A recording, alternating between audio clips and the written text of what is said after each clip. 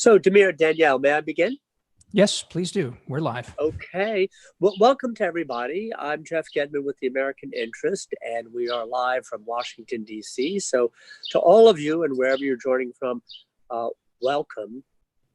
We've allotted 1 hour for this conversation, and it's going to be a good one. We have as our guest today Brink Lindsey, who many of you know, and I hope you are reading recently.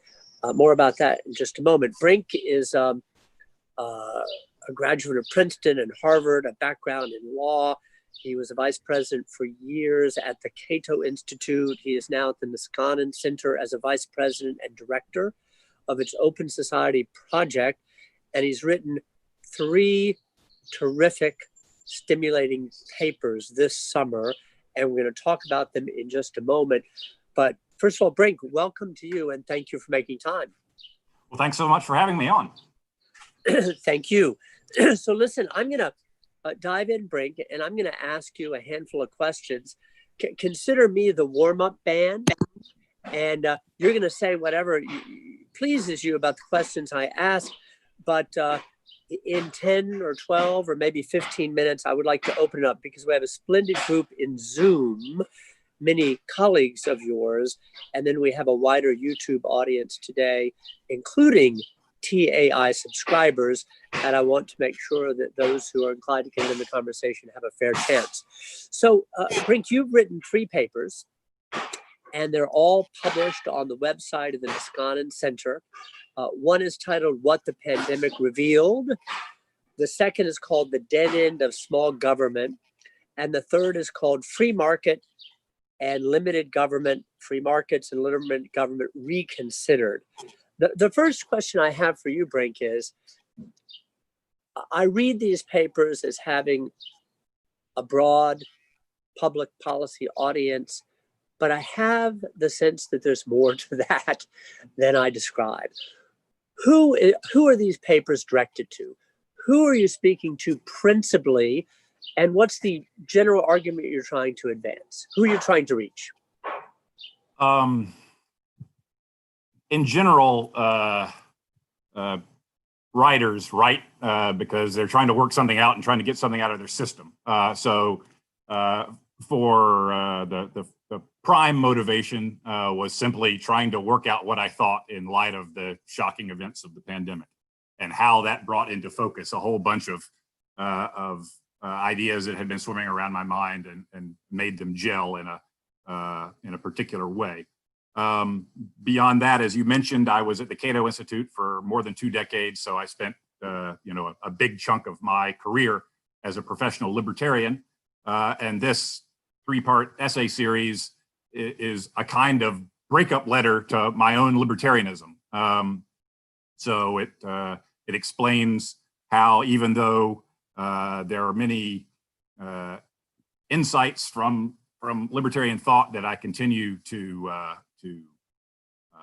believe in and see their power, the larger intellectual framework to me seems like it is no longer fits the times, and so I wrote this piece to people like me, people who got turned on to the ideas of free markets and limited government and reducing and scaling back Leviathan during the 70s and 80s and 90s. But then over the course of the 20th century, saw that movement in its political manifestation become ever more sort of brain dead and squalid, and in its handiwork in terms of actually accomplishing things, running out of gas.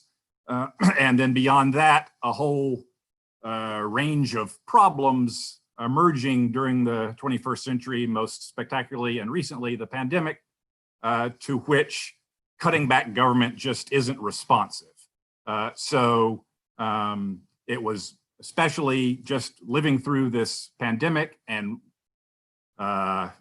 being incredibly frustrated, enraged, and ashamed at the shambolic American response to this challenge. We're used to thinking of ourselves as world leaders and the most advanced country in the world, and here we we have just failed spectacularly to live up to that reputation. And so seeing this instance of government failing very badly to do the things that only government can do really brought to a head my idea that a public philosophy devoted entirely and exclusively to cutting back government, whose only answer for how to improve things is less government, just isn't what we need right now. And so the point of the essay series then is to make that charge, to then in the second essay kind of go through how things went wrong, and then thirdly to try to take in the final essay to take the ideas that I believe are immensely valuable and durably important, that the free market, limited government, libertarian, small government movement advances, take those ideas and transplant them or to reground them on a sounder intellectual foundation. So Brink, thank you. And in these essays, at least in one, there are autobiographical notes about where you started in the 1970s and how your thinking has evolved. And if I had to put a title over the three, I would put the title "Why a Libertarian Throws in the Towel." And it's smart and interesting and thoughtful because implicit, at least in these three essays, is a journey, not a moment, not merely the pandemic, but a journey. And I think that's of interest to people. Now, your audience, as you said, Brink, is in part your friends in the libertarian camp and movement, but you also speak to the GOP and how it has shifted, changed, evolved, and my words, become captive to a certain view of limited government, small government, and free enterprise. Would you say a word, drawing on your essays, of how we got here, and then equally important, what are the steps to get out of this box? So libertarians regularly throw up their hands and express shock when people argue that anything going on in the world today could be their fault, because they say, how could the world today be our fault? The government is bigger and more intrusive than ever before. You can't come to the conclusion that libertarianism is wrong because it's never been tried.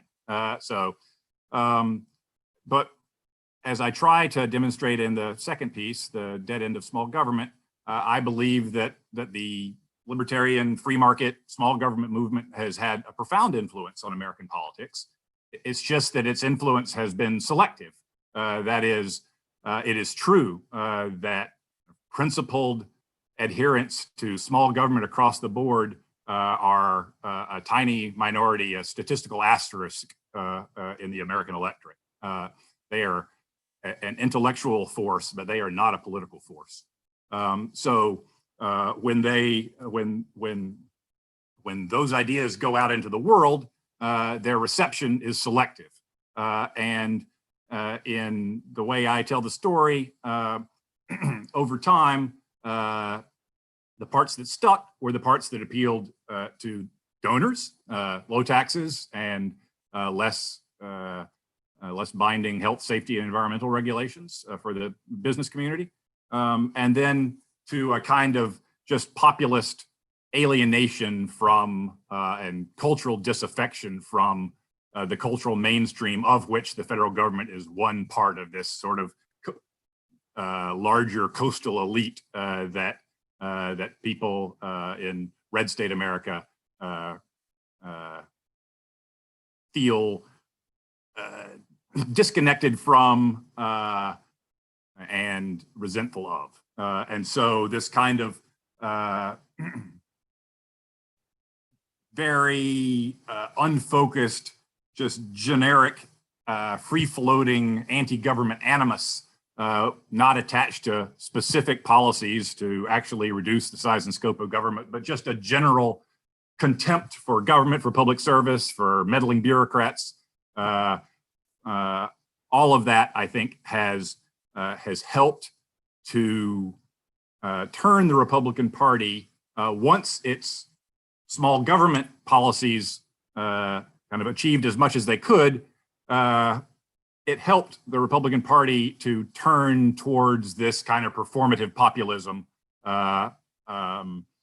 in which the Republican Party exists not to govern and to solve problems, but simply to give voice to the frustration and anti-government rage of its base. So, Brink, you addressed that and the issue of contempt for government generally. You also say at one point that a blind spot of the free market movement is overlooking the fact that free markets have to be embedded in legal and political and social institutions. Could you speak to that a little bit, please? Sure. Yeah, I think this is the fundamental intellectual flaw in the libertarian vision. The idea that freedom consists of the absence of government, rather than freedom is an accomplishment of good government,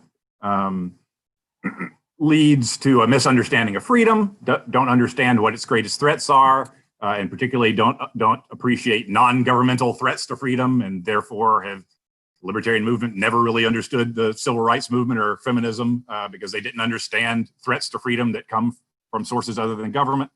But beyond that, in the regulatory area, this idea that free markets are simply the absence of government can very easily degenerate into just a kind of a pro-business line, which sees businesses as put upon by meddlesome bureaucrats. And so that anything that can reduce government oversight of them or imposition of costs on them is a step towards freedom, not recognizing that, in fact, the invisible hand itself, the idea that private profit seeking leads to the public interest, is an artifact of good rules. If you don't have those good rules, then the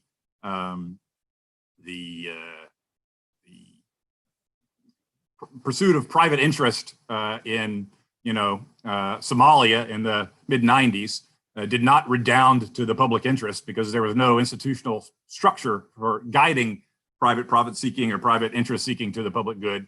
There was simply anarchy and warlordism. So you have to have that institutional environment.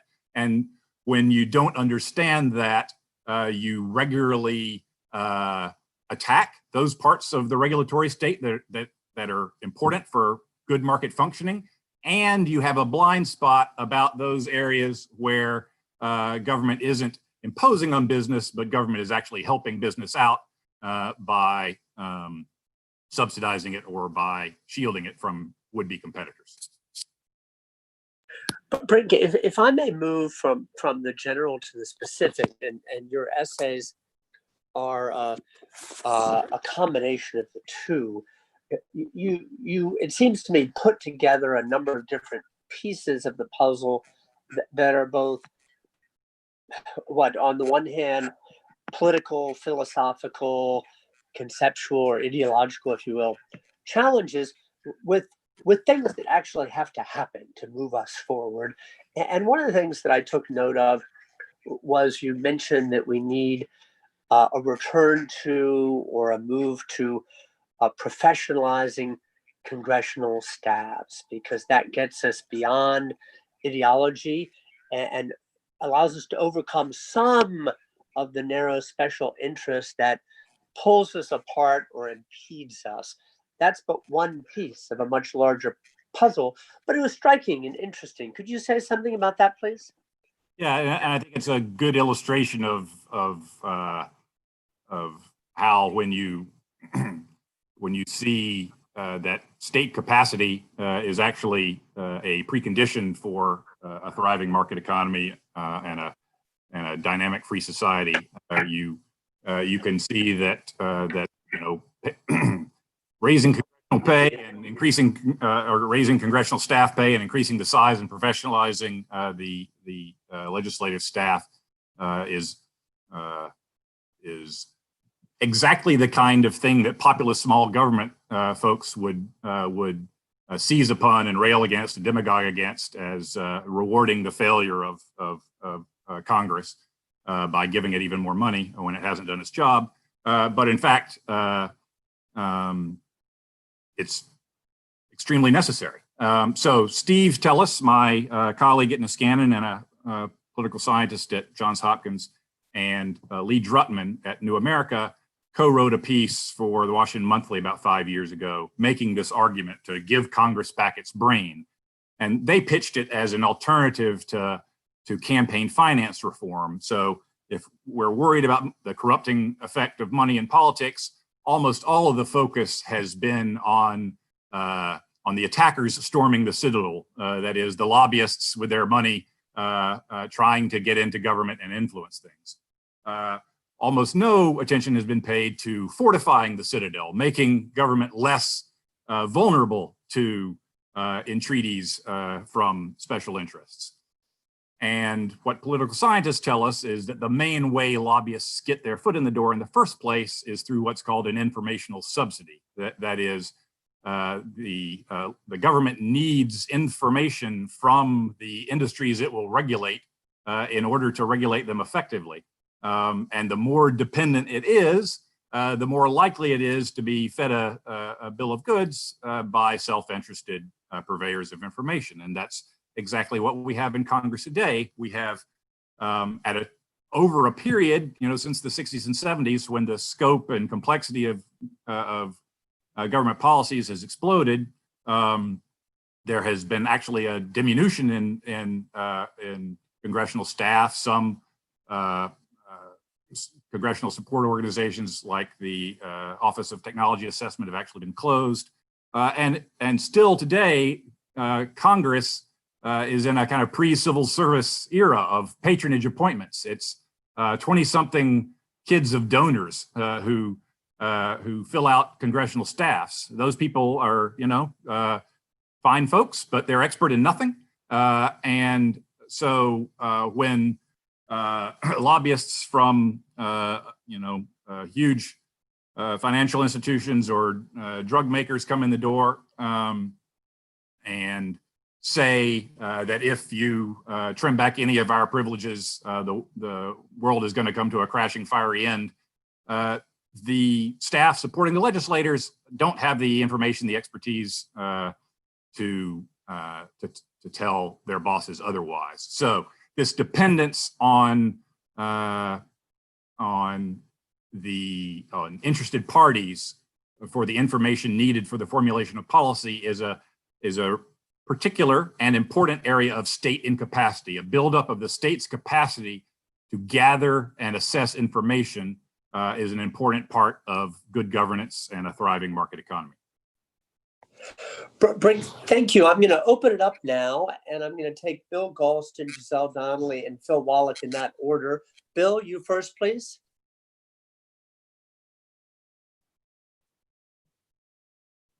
Up. Am I unmuted now? You're unmuted. Thank you. Thank you. Thank you for recognizing me first, because unfortunately, because of a Brookings obligation, I'm going to have to exit early. I'm not happy about this, but there's nothing to be done. As you might imagine, Brink, as part of the winning member of the old liberalitarian coalition, I'm not sorry to see these articles, to put it mildly, and they represented very substantial intellectual accomplishment. I do have a question about your diagnosis, and that is that I have a somewhat different reading of the libertarian trajectory in conservative and Republican circles over the past decade. It goes something like this.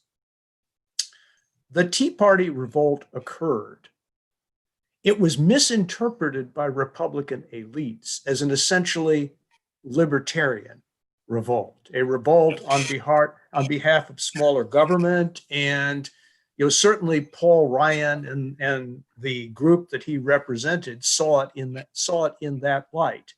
Yes. In my view, it was nothing of the sort. And Yes. that analysis represented a profound misunderstanding. In fact, populism is at war with libertarianism in most essential respects. You can see that in, for example, the recent national populist organizations who singled out libertarians as their principal whipping boy. But you can also see it in the behavior of the populist base itself, which favors protecting all the existing entitlement programs, which Donald Trump promised to do in his announcement, down the escalator announcement speech. It is hardly averse to the use of big government to counter the coronavirus crisis. And I could go on and on. The populist base opposes big government, but only for other people. Right. Right. So, I see the past decade as a rout for the libertarian forces within the party and within the portion of the ideological spectrum that they once influenced. So can I, before you respond, Brink, I want to ask Bill a question, and then you can take it up too, Brink. Bill, are you suggesting implicitly that there may be some alignments between national conservatives and new socialists when it comes to the role of government? Well, populism in the 20s and 30s led to an intellectual formation called National Socialism. Now, without wanting to be invidious and taking off the capital letters, there are ways in which today's populist nationalists are not far from National Socialism, and I see people within the respectable intellectual wing of the Republican Party making arguments for industrial policy, making arguments for protectionism, making arguments for immigration restrictionism, et cetera, et cetera. So, yeah, and I think it's fascinating that proposals, for instituting European-style labor market policies are now endorsed by figures on the progressive left and by Senator Josh Hawley.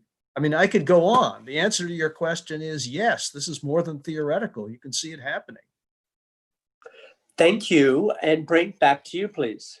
Yeah, I completely agree with Bill's description of of what happened with the Tea Party. So I would say that I square that with my own analysis in that the influence of ideas can be unpredictable, can be very different from what the idea creators had in mind, but nonetheless real. To take a far afield example, when Karl Marx was prophesying the inevitability of socialist revolution, he thought that this was going to happen in the most advanced capitalist economies, where the contradictions of capitalism had heightened to a sufficient degree. The last place on earth he would have expected a communist revolution was Russia. This was like the country the least promising country for a successful socialist revolution, and yet that's where his ideas found contact with the real world in a dramatic and world-changing way. So I agree completely that libertarian intellectuals were hoodwinked by the Tea Party in a way that intellectuals are. Intellectuals pay attention to words and think words matter a lot. And so when they heard people, using libertarian rhetoric and adopting, founding fathers' libertarian imagery of the Tea Party itself, right? A revolutionary act against an oppressive government. That led people to, or led intellectuals to believe that the Tea Party folks were using those words in the same way that they were, but they weren't. So it's two people using a common language, but the definitions are all different, and so you have miscommunication. In particular, I believe all of that anti-government libertarian rhetoric, when voiced by populists, is simply expressing a general sense of cultural alienation, that the news media and the entertainment industry are both immensely powerful cultural forces that are held in, in enemy hands. Likewise, the federal government is an elite institution on one of those coasts. It's in far away Washington. And all of this kind of gets balled together in this group of powerful people who aren't like us and who look down on us and who we therefore resent and despise. And so anti-government rhetoric was just an idiom in which to express this deeper cultural disaffection. And the seriousness of the small government commitment was, I think, highlighted by the recurring slogan, get government hands off my Medicare. So it was a rejection not of big government, but big government in the hands of other people doing things for the benefit of other people, notably people with skin darker than ours. Brink and Bill, thank you very much. We're going to move to Giselle Donnelly. And Giselle, please tell us who you are.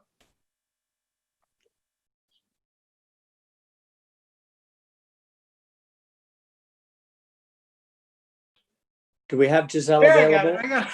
There we go. Thank you, Giselle. It's in the same place every time, but that doesn't mean it's easier to find the unmute button. Sorry about that. I work at the American Enterprise Institute, and if it were in my gift, I'd love to invite Brink to come on down the block and replace our economics department. So wholesale, Nicole, close your ears. But there's been a great discussion. Before I actually ask a question, I think it's worth expanding a bit on the point that Bill made. My experience on Capitol Hill was in the 1990s after the Gingrich Revolution, and many of the staff cutting and the animosity against expertise certainly began to work its way into the Gingrich power structures right from the start. And I think it may be the case that the relationship between the conservative populists and libertarians was more symbiotic than the last discussion has suggested.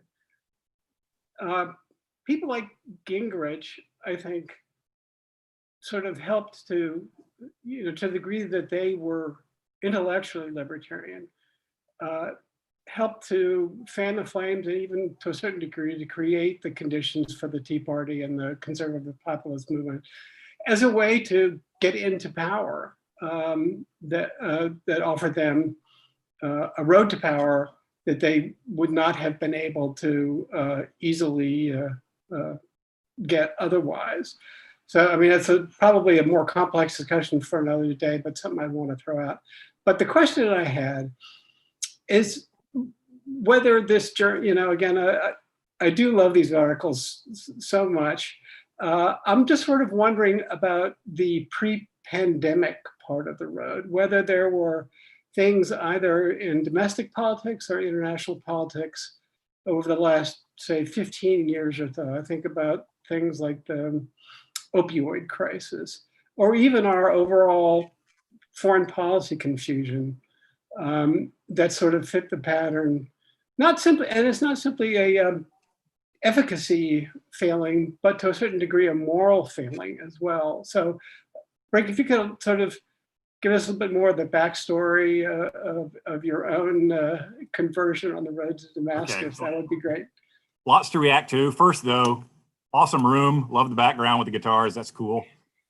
Secondly, lots of good friends at AEI, and even though I no longer consider the word libertarian a good descriptor for me, There's still a lot of free market views and a lot of that haven't changed. I have not sort of gone over to become a garden variety progressive. I'm hoping to take the best ideas from libertarian thinking and combine them with the best ideas of center-left thinking into something new and interesting and useful.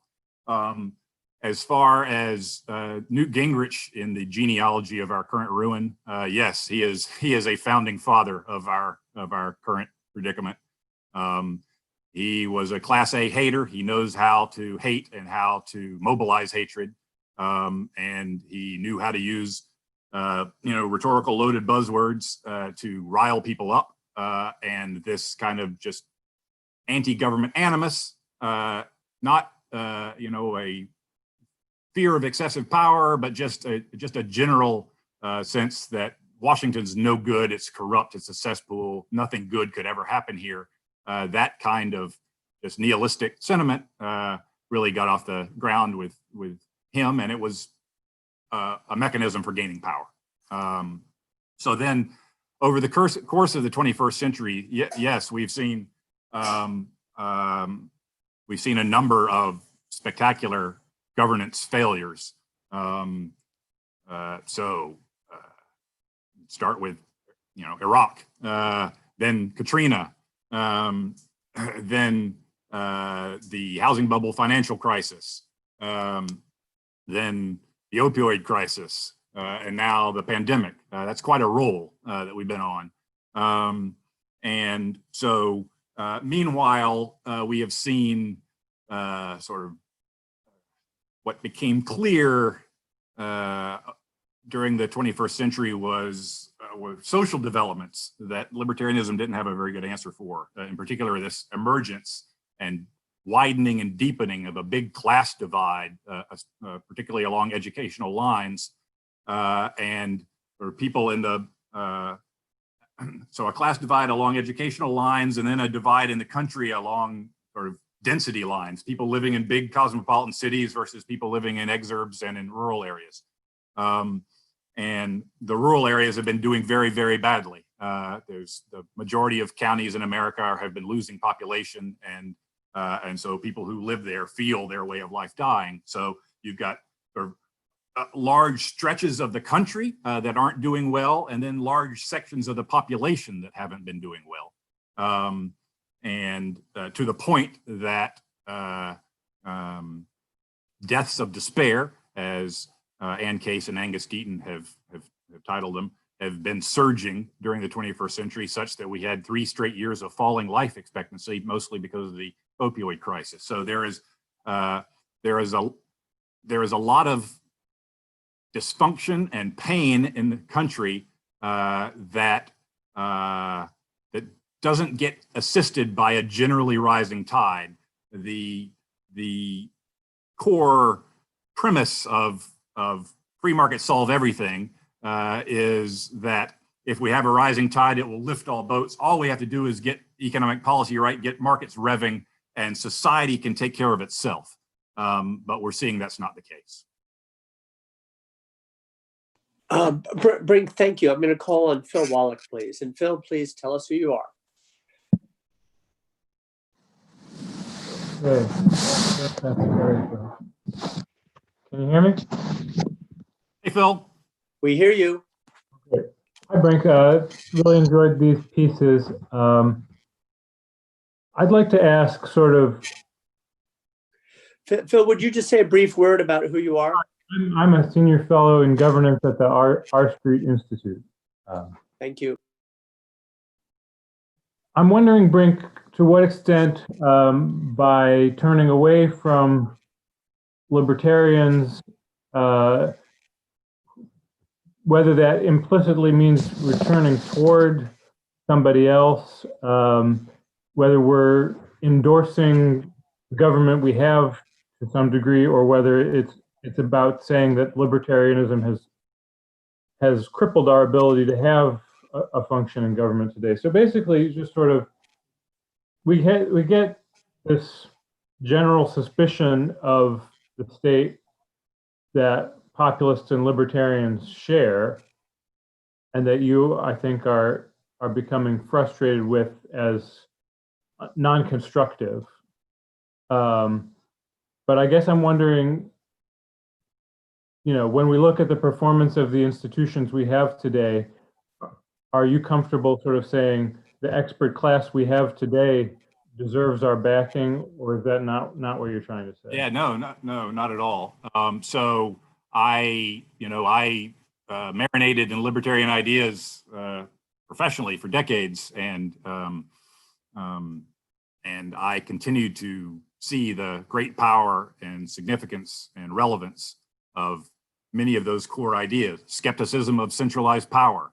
That's of course, that just a quick aside. All of my discussions here about libertarianism are about libertarianism on economic policy and social spending, not about civil liberties, not about the scope of the criminal law. We're seeing, in the protests in the wake of the killing of George Floyd, that skepticism of government power remains, well-deserved in certain quarters, and so there is always a need for fear, a liberalism of fear, a fear that that power great enough to help us could also be power great enough to oppress us. So likewise, an appreciation of the power of markets and of spontaneous bottom-up activity, an alertness to how government policies, even with the best of intentions, can go horribly wrong. I think all of those things are, they're true, and so I am not sort of switching from red team to blue team, and oh, you guys on the other side were right all along, and I'm a dummy. I don't see that at all. I see the need for a new public philosophy that is distinct from the anti-government sort of dead end that the center right has found itself in, or the right has found itself in, and progressivism, which has not taken on board and fully internalized these libertarian insights. So what I want is a public philosophy that recognizes that a large, powerful state that does a lot of different things is necessary for our well-being and progress and prosperity, and yet to marry that recognition of the need for government with an acute sense of how government can go wrong, so that we can design only in the way that only Nixon can go to China. Only someone who knows all the ways that government can screw up and is really, really sensitive to that is in a position to build a government that works halfway decent. At least that's the pitch.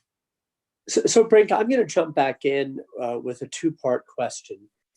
The first part is, what on the issues that we care about and you're writing about, what in the United States is going well right now? What's not broken? Or what could we point to or look at and say, that's not entirely dysfunctional? We can build or grow off that. And then the second piece is, you said you're not jumping from the red team to the blue team.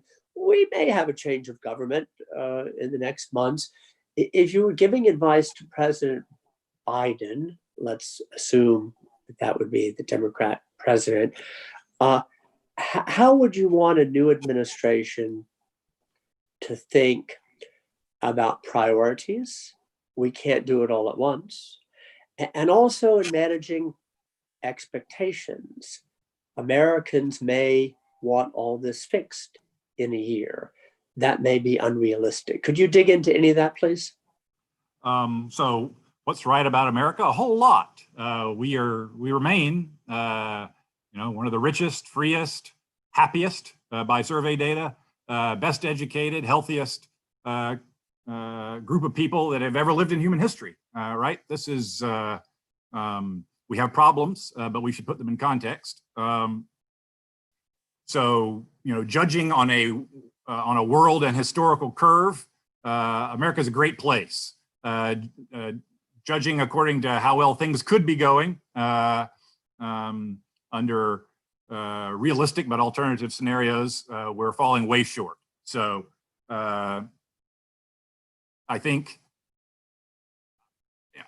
the degree to which during this pandemic, the high degree of kind of public spirited compliance with great economic and personal dislocation, motivated primarily by the desire not to get other people sick, is a real testament to people have put their lives completely on hold and done it without a lot of grumbling for the sake of others in a way that demonstrates a real civic spirit and social solidarity that is that's impressive and can be built upon. And I think the sudden and dramatic change in public and particularly white perceptions of police violence is in just the past month or two is an indication that we can get better and that progress is possible and that this is not a country that's committed to the road to ruin. So I think there's plenty of reasons to maintain hope. As far as a potential Biden administration, their challenges are going to be immense because they will be trying to clean up a mess after 4 years of escalating vandalism, of just whether through inattention or through malice, just a systematic trashing of one government institution after another. The State Department and the Diplomatic Corps are a wreck. The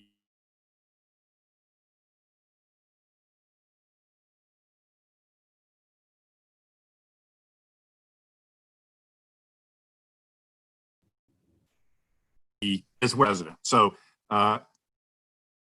there's just going to be a lot of cleanup work to do. But on top of that, as I mentioned, we have these deep gathering social challenges and crises that they can't wait. So he has a tall order ahead of him. But I think there's no need or realistic capability to do everything at once. I think, restoring a sense that we are a democracy where everybody counts and everybody's vote counts, and that government exists to solve problems for people, and a few clear successes of government actually doing something and it working. Those could go a long way to getting us out of the vicious circle we've been in onto a virtuous circle. Thank you very much, Brink.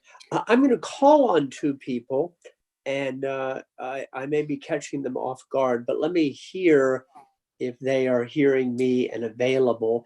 And that's Nicole Penn and Bryce Tuttle out at Stanford. Can you two hear me? Yes. Nicole is there. Bryce, can you hear me? Yes.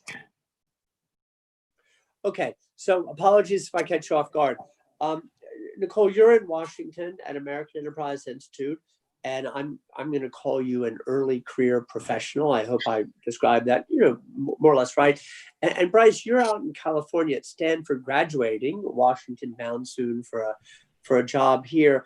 I want to ask you both, Nicole, you first. If you've read Brink's papers, if not, you will, I'm confident, but you've heard the conversation in any case. How do you assess how we are A, diagnosing the problems, and B, prioritizing the way forward? Because as we all know, prioritization is important. There is a question of order and allocation of political capital and time and resources. I just want to get you into the conversation. We'll get Brink to respond.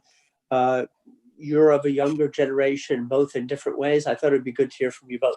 Nicole, you first, please. Well, thanks for putting me on the spot. I actually had a question for Brink, so I'll just tag it on at the end of You're welcome to do that. My comment. I really did appreciate the discussion earlier of the lack of professionalism within government. That's something that in our department at the American Enterprise Institute, I'm program manager for social, cultural, and constitutional studies, a department led by Yuval Levin. And we are continuously concerned by the lack of institutional priorities, the idea of respecting Congress as an institution. And, you know, it's hard. I don't consider myself as a typical millennial. I think there's a lot of burn it to the ground activism. And I'm often caught in the unenviable position of having to explain to my very well-intentioned friends why, you know, as rah-rah as their Instagram posts may be, they're not thinking about how to build things. But I think the priority needs to be to convince younger generations that these institutions can be salvaged. And that involves not falling into the ideological camps that they've grown up with, which have shown them that there's no way forward. So I do appreciate the idea of maybe pulling the best from the different traditions that we've had. But again, I'm not a typical millennial, but I think that's what the challenge is. And for Brink, I actually wanted to ask you after Bryce gives his comment. You know, the libertarian, I actually think Cato's been having a bit of a moment right now on police brutality. I've been very, very impressed with all of the excellent work that Cato has, and this isn't new, that just, it's something that I believe you guys have been working on for a long time, and it makes sense why. But do you think this is another example of the kind of deviation between the populist libertarianism, which might be inclined to support the police in their communities and maybe turn a blind eye to many of their faults, and the I don't want to use the word pure, but the more coherent libertarian strain that you were describing earlier? Yeah. So Nicole, thank you. Brink, can you hold just for 1 Yes. second? I want to gather Okay. up Bryce, and I want to interject as we go. Nicole, there's a piece in the New York Times this week, an interview with a handful of young activists. I don't know how representative, but I was struck by the language of dismantling the system and dismantling institutions. And one of the young individuals for the New York Times quoted affectionately Angela Davis, who must be now in her mid-70s and was always a big champion of communist East Germany and the Soviet Union.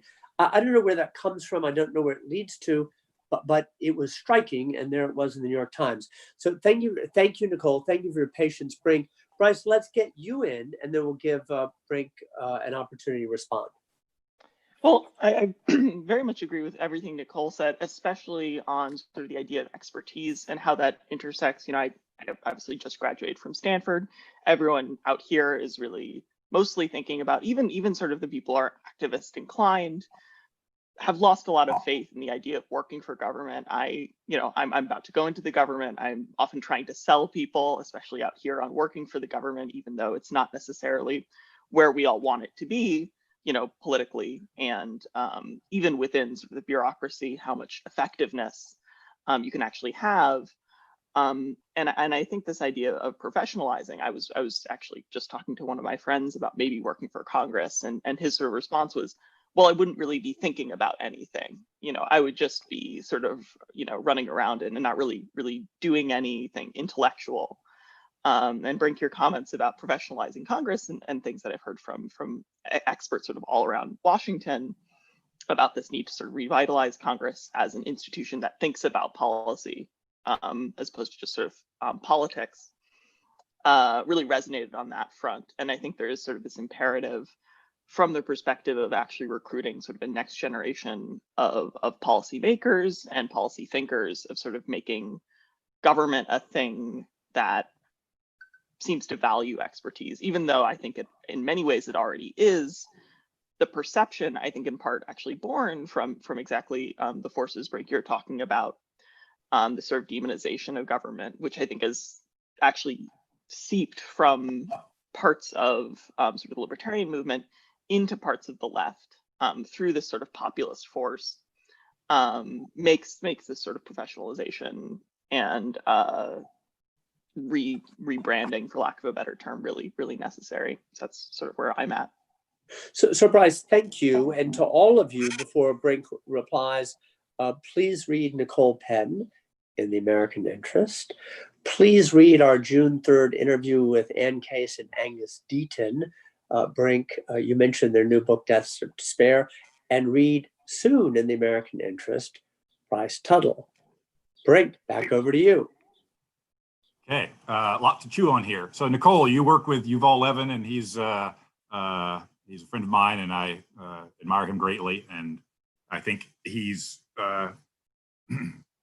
he got to territory that I've discovered recently. He got there before I did.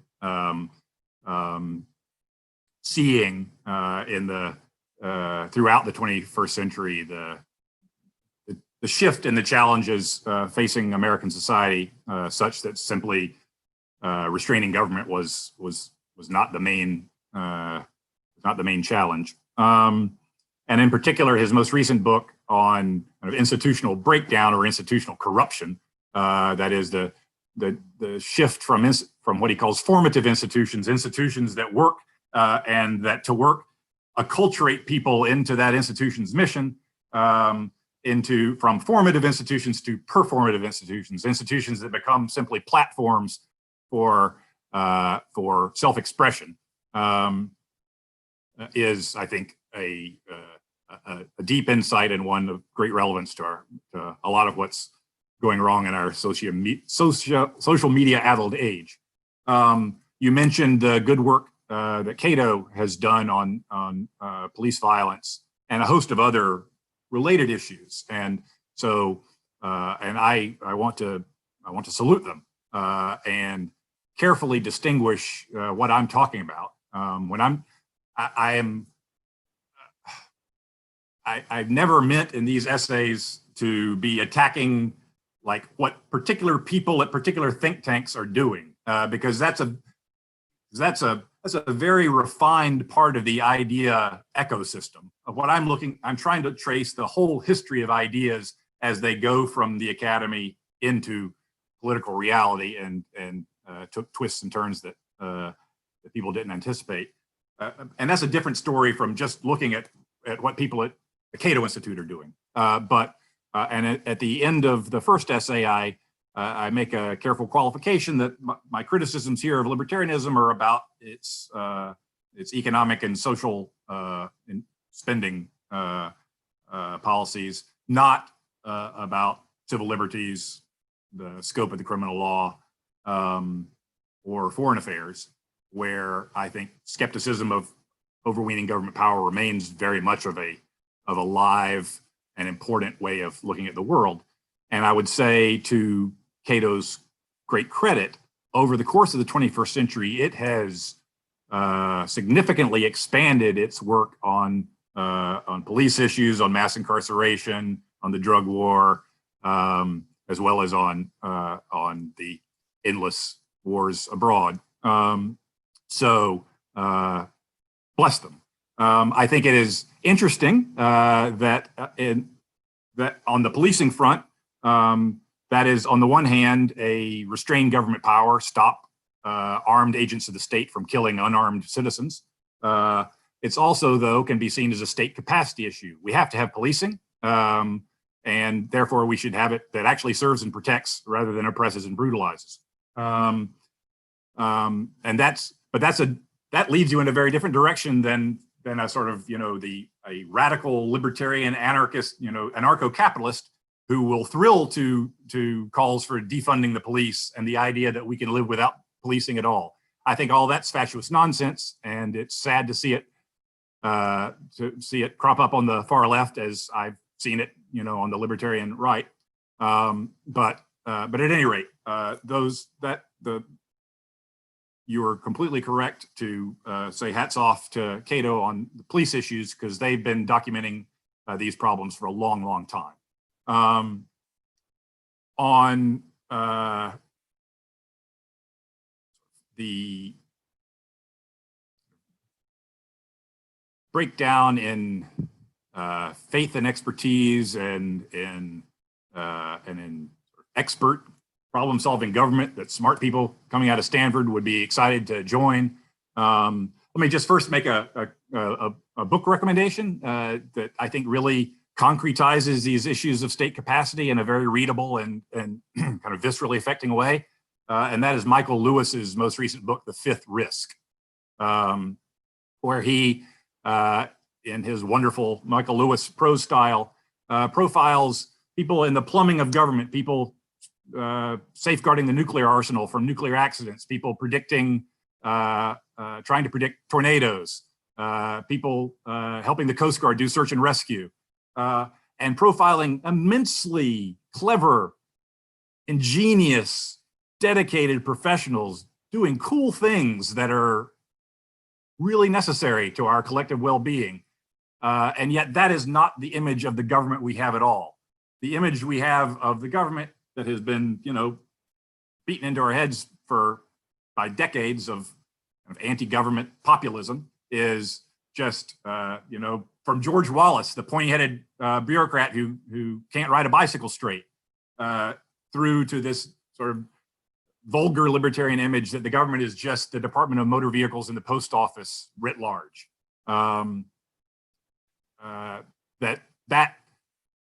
That cultural vibe is very unhealthy, and I think that the pandemic, at least for the majority of us, as opposed to the folks who have bought into the pandemic as a culture war, as another culture war theater, but the clear majority, overwhelming majority of Republicans as well as Democrats see that this is an area where government is absolutely necessary, and perhaps this can help shift opinion on other looming threats that only government can deal with. For example, climate change. So pandemic is like, this is not, this is not a black swan event. Everybody knew this was coming. Everybody that was in a position to know knew. So we've got climate change is the same thing in slow motion. So whether we can, revive our degraded state capacity quickly enough to avoid real calamity remains to be seen. But there is some hope that the combination of Donald Trump and the pandemic are the heart attack that scares the hell out of you and makes you realize you've not been living healthy and you need to do better. Or these could be, major milestones on the ongoing decline of the United States. I very much hope it's the former. So Brink, thank you. There would be much more to be said, and I know that a number of other people want to get into the conversation. It's my job to break us off here. The hour has run its course. I want to thank everybody via YouTube and Zoom in smaller chat who joined us this morning. Brink, congratulations on, as Bill Galston said, substantial intellectual achievement. I think these pieces are going to stimulate a lot of conversation this summer and fall going forward. And so my thanks to you, and my final comment to you, Brink, please let us see you soon in the pages of the American Interest. Would love to do so. Been there before, want to be there again. And you shall be. Look, Brink, thanks so much. Great work. Wonderful. Thank you. Thanks so much for having me on. Great pleasure. Thanks, everybody. Have a good day.